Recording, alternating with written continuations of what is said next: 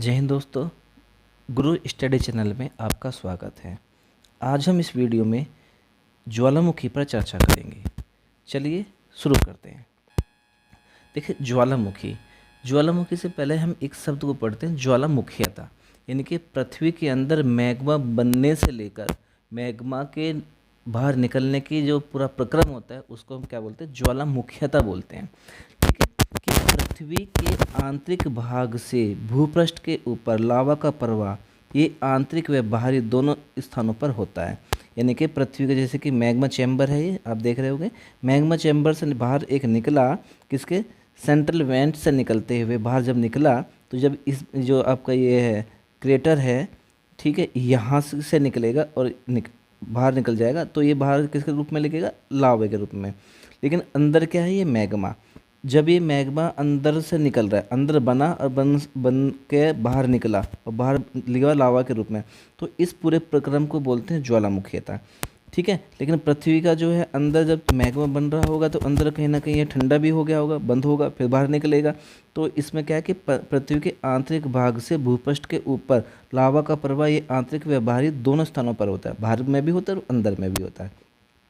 जब ये गर्म तृप्त लावा अंदर रहता है तो इसमें मैग्मा तथा बाहर आने पर इसे लावा कहा जाता है। जब ये अंदर ही रह जाता है, जब ये मैग्मा अंदर रुक जाता है तो उसको मैग्मा नाम दिया गया, मैग्मा।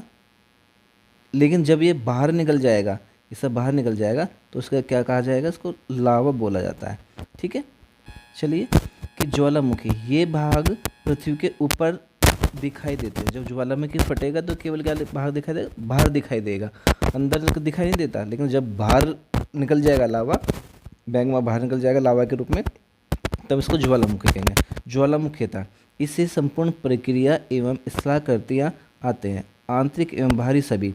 इसमें क्या होगा, संपूर्ण प्रक्रिया जो यानी कि मैग्मा बनने से लेकर निकलने की जो प्रक्रिया होगी उसको, और स्थलाकृति आते हैं, यानी कि जो स्थलाकृतियाँ बनेंगी इसमें, वो सबको मिलाकर क्या कहते हैं, ज्वालामुखिया कहते हैं। दो प्रकार की स्थलाकृति बनेंगी, एक बाहरी स्थलाकृति, एक आंतरिक स्थलाकृति। यानी कि जो बनेंगे स्थलाकृति दो प्रकार के बनते हैं, एक बाहरी और एक आंतरिक। ठीक है, मैग्मा बाहर निकलेगा किस रूप में, इसके मैग्मा के साथ साथ में बाहर क्या निकलेगा, गैसें भी निकलेंगी और जलवाष्प भी। जब यानी कि ज्वालामुखी फटेगा तो उसके साथ में बहुत चीज़ें निकलती है, कौन कौन सी, गैस निकलेगी, जलवाष्प निकलेगा, ठीक है, और पदार्थ निकलेंगे, राख निकलेगी, धूलकण निकलेंगे। तो उसमें कौन कौन सी गैस निकलती है, हाइड्रोजन सल्फाइड निकलता है, कार्बन डाई सल्फाइड निकलता है, जलवाष्प अत्यधिक इसमें वर्षा होती है, कार्बन मोनोऑक्साइड ये निकलता है। लावे के रूप में क्या है, जब लावा निकलेगा उसका तापमान कितना होगा, तापमान लगभग 600 डिग्री सेल्सियस से 1200 डिग्री सेल्सियस तक होता है इसका तापमान लावे का। ठीक है, धूलकण और पत्थर के टुकड़े, जब ज्वालामुखी फटेगा तो धूलकण भी निकलेंगे या पत्थर के टुकड़े निकलेंगे उसमें, तो उसमें क्या निकलेगा, राख, यानी कि राख निकलेगी, राख का धुआं निकलेगा। लेपिटी यानी कि मटर के दाने जैसे शिलाखंड निकलेंगे इसमें। ज्वालामुखी बम फटेगा, नुकीले विशालखंड ज्वालामुखी संकोचनाश निकलेगा। ट्रेफा में क्या होगा, ज्वालामुखी से निकले सभी कण को क्या बोलते हैं, ट्रेफा बोलते हैं। ठीक है, उस अब ज्वालामुखी कई प्रकार के होते हैं, टाइप ऑफ जो है ज्वालामुखी, यानी कि ज्वालामुखी के प्रकार। ज्वालामुखी 3 प्रकार के होते हैं, एक सक्रिय ज्वालामुखी, एक सुसुप्त ज्वालामुखी, एक शांत या मर्त ज्वालामुखी। सक्रिय ज्वालामुखी क्या है कि ये ज्वालामुखी सदैव विस्फोटिक होते रहते हैं। या ऐसे ज्वालामुखी जिनमें समय समय पर या निरंतर जो उसमें क्या है विस्फोट होता रहा, वो फटते रहते हैं, उन्हें क्या कहते हैं, सक्रिय ज्वालामुखी। जो अभी भी चल रहे हैं उन्हें को बोलते हैं सक्रिय ज्वालामुखी। जैसे उदाहरण के तौर पर है एटना ज्वालामुखी, इटली का एटना। ठीक है, स्ट्राम्बोली भूमध्य सागर की प्रकाश मीनार के रूप में भी जाना जाता है, इसको कहा जाता है भूमध्य सागर की प्रकाश मीनार, किसको, स्ट्राम्बोली ज्वालामुखी को।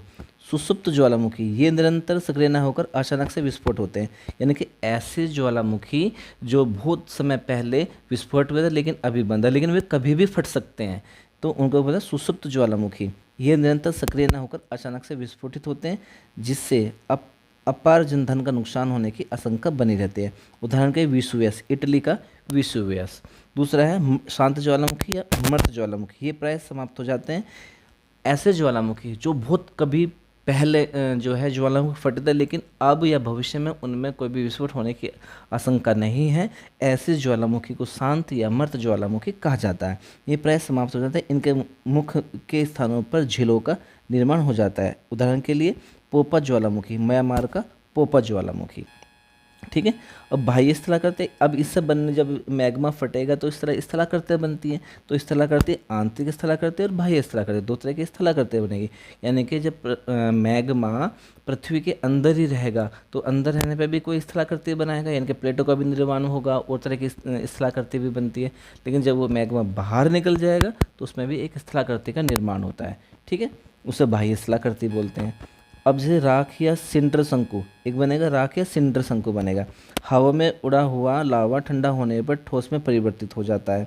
ठीक है। मिश्रित शंकु कैसा होगा कि सबसे ऊंचे एवं सबसे बड़े शंकु का निर्माण होगा।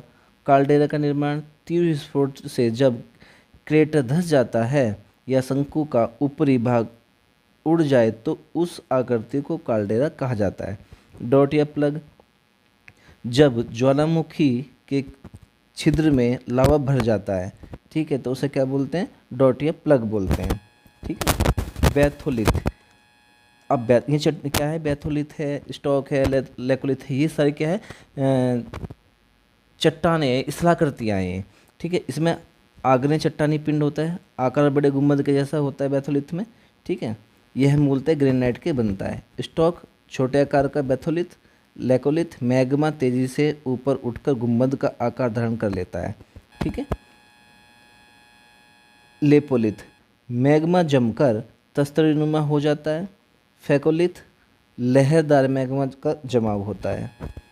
प्रशांत अग्निवलय पेटी, प्रशांत अग्निवलय पेटी सभी ज्वालामुखियों और भूकंप का 2/3 भाग। मध्य महाद्वीपीय क्षेत्र, यूरेशियन, अफ्रीकी और भारतीय प्लेटों का अभिसरण क्षेत्र है ये मध्य महाद्वीपीय क्षेत्र।